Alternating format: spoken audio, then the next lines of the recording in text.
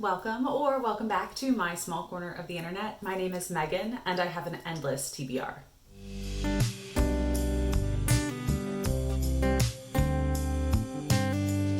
So today I have an occasion to actually put makeup on my face, and I'm going to take this opportunity to let you know a little bit about some of the books that I would select for the makeup book tag questions. I'm out of practice, please be kind, on the application of my face. Most people don't see it all that often anymore, and my husband doesn't care. And I probably won't even tell you what products I'm using. Question number 1, primer. Pick a book that left a lasting impression on you. So I took a quick look at my bookshelves and figured out, kind of pulled the oldest of what I consider to be like my favorite books. One of them that really stuck out to me was The Shadow of the Wind by Carlos Ruiz Zafón. This is a translated work of sort of magical realism set in Barcelona, featuring a character named Daniel, whose father takes him to the Cemetery of Forgotten Books. And Daniel is told that he can select a book and it becomes sort of your personal treasure. He feels a very strong attachment to this book, and he wants to seek out the other works by this particular author, but he finds that those books have actually been systematically destroyed over the years. The next question is foundation. Pick your favorite first book in a series. This is a series. We all know how I am about series. I have a hard time continuing on them, but I just keep starting them. So I've read a number of first books in a series, and what I would say is my favorite, again, something that I have revisited on multiple occasions, is The Long Way to a Small Angry Planet by Becky Chambers. This story features a ragtag group of space travelers who have created a crew who then gets hired to punch a brand new wormhole in space, connecting a nearby system to another solar system that will be sort of joining the Union. There has been political tension in this space, and it is a long-term contract, time commitment. We really get to know these characters and their interactions with each other, and the events that occur through the novel, the conflicts between each other, as well as to come out of this together. So I love the characters and the way that they're drawn, and the humanity that's really infused in this ensemble of characters, most of whom are not human. I thought it was very creative and very, full of empathy and love, and definitely one I need to continue in the series. The next question pertains to concealer. Pick a character you wish you could get rid of. So while I would love to get rid of the dark circles that live in the corners of my eyes, I don't know that there are characters that I would like to see gone that would sort of change the whole trajectory of a story. I mean, I would like to do away with characters that hurt the characters whom I love, but isn't that sort of the growing process that these characters have to go through? So I apologize. I don't have any characters that are coming to mind that I would like to get rid of. It's not really a question that makes sense, I guess. So we'll move right on to powder, the question for which is pick your favorite last book in a series. So this is a difficult one for me because I don't finish many of my series. The most recent series that I completed was the Death Note manga series, created by Tsugumi Oba, I believe is the pronunciation of his name. And I found the ending quite satisfying. I didn't feel that there was any particular different way that it should have ended in any case. So, characters got what was coming to them.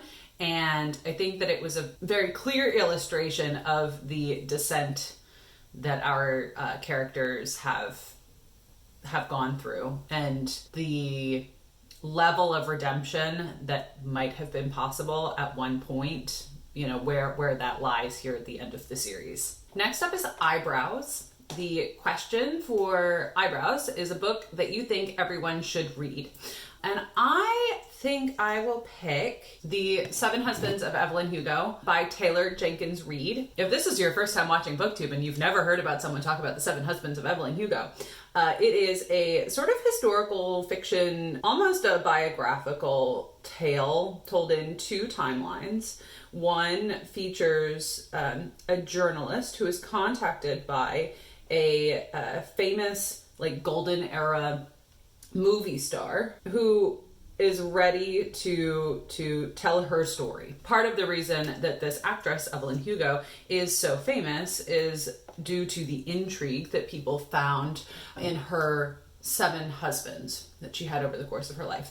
So the question has always been, who was the true love of your life? And through the events of this story, we get to answer that question. The ways that Taylor Jenkins Reid addresses events in Hollywood, the way a woman of mixed race heritage can, or how she must, use herself and her wits in order to get ahead and, you know, obtain the things that she is looking for in her life and be able to live that life, you know, without scrutiny, is really very beautiful. There are queer relationships in this book, and I found that even though it was, you know, fairly easy to read, it did bring up a number of conversations when we read it with a book club of people coming from different perspectives that was quite refreshing. So yeah, I think you should read it. I think there's a lot that you can read it for, or a lot that you can get out of it no matter what type of reader you normally are. Next up is Eyeshadow. I'm gonna be doing a really quick look that will probably take me longer than it needs to.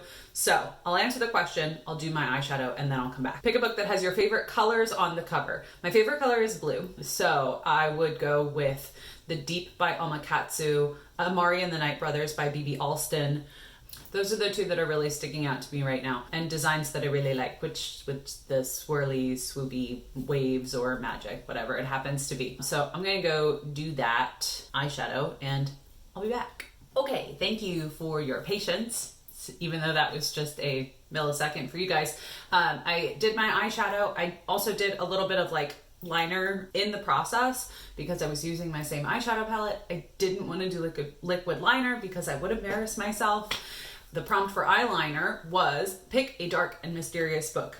This is another one for my favorite shelf. I'm gonna go with The 13th Tale by Diane Setterfield. It's another almost like dual timeline, but this time it's a famous author who has someone come to the house to write their biography, and strangeness ensues. This is a book that I really enjoyed upon reading it, but I haven't revisited it recently, but I own like 3 copies of it. So I don't know what I'm waiting for. I do want to reread this at some point. Let me know if you would like to be the person that pushes me to do so. And we will move on to, actually, there's no prompt for bronzer, but my pale features require that I apply that. I have most definitely seen a prompt for bronzer, but the person's video from which I pulled the questions did not have one. I don't remember what that question would be, as I am not creative. Followed by blush, and that is to pick a book that has a cringe-worthy romance. So I think I'm probably still in the minority in this particular opinion, although I have seen some folks that agree with me in that I did not love Red, White, and Royal Blue by Casey McQuiston, and I read it as an audiobook. I do not have the narrators at front of mind. I didn't love it. I was not all that invested in the characters. I think the romance occurred very quickly. So I really liked the world that was created. I thought it was very lighthearted and very hopeful, but the romance itself was pretty cringeworthy for me. Next is to pick a book that brightens your day. That'll correspond with highlighter. That brightens my day. The Unhoneymooners by Christina Lauren. This was, you know, a romantic comedy set in Hawaii. You've got like a fake marriage, hate to love type romance, and you know, it was just a lot of fun. It brightened my day. It made me smile. So that's my pick for that. Next to last category is mascara. Pick a long book. I'm gonna give you a Stephen King title. I could pick It. I'm not gonna. I'm going to pick Salem's Lot. This is, I think, about 600 pages, so it's not like super, super long, but I do remember it taking a really long time for me to read, and I really enjoyed it overall, but I did find the process to take me quite a while. And for those of you that don't know, Salem's Lot is Stephen King's vampire novel. It's set in a town in Maine, which is not Derry, though, you know, I think all of his books are connected at this point. So, not set in Derry, but it is a town in upstate Maine that becomes overrun with vampires and the horrors that they bring. And the last question, which requires not one but two steps, is lipstick, your favorite book kiss. And while I read some romance, I don't know that the actual romantic acts really stick out in my mind. I hate to not answer two questions within this tag, but nothing really sticks out. So here's my face, enhanced, and if you liked hearing my thoughts on some of the books based on a couple of prompts, make sure that you give me a like and hit the subscribe button if you'd like to see more. If you have made it this far in the video, give me a lipstick emoji in the comments, and or any cosmetic product. I don't know, is there like a mascara wand or something? And let me know if you have a favorite step in your makeup routine. That might be fun. If I had to choose, it is probably eyebrows, even though I don't do a whole lot. It changes the whole shape of my face since they are normally blonde and quite sparse.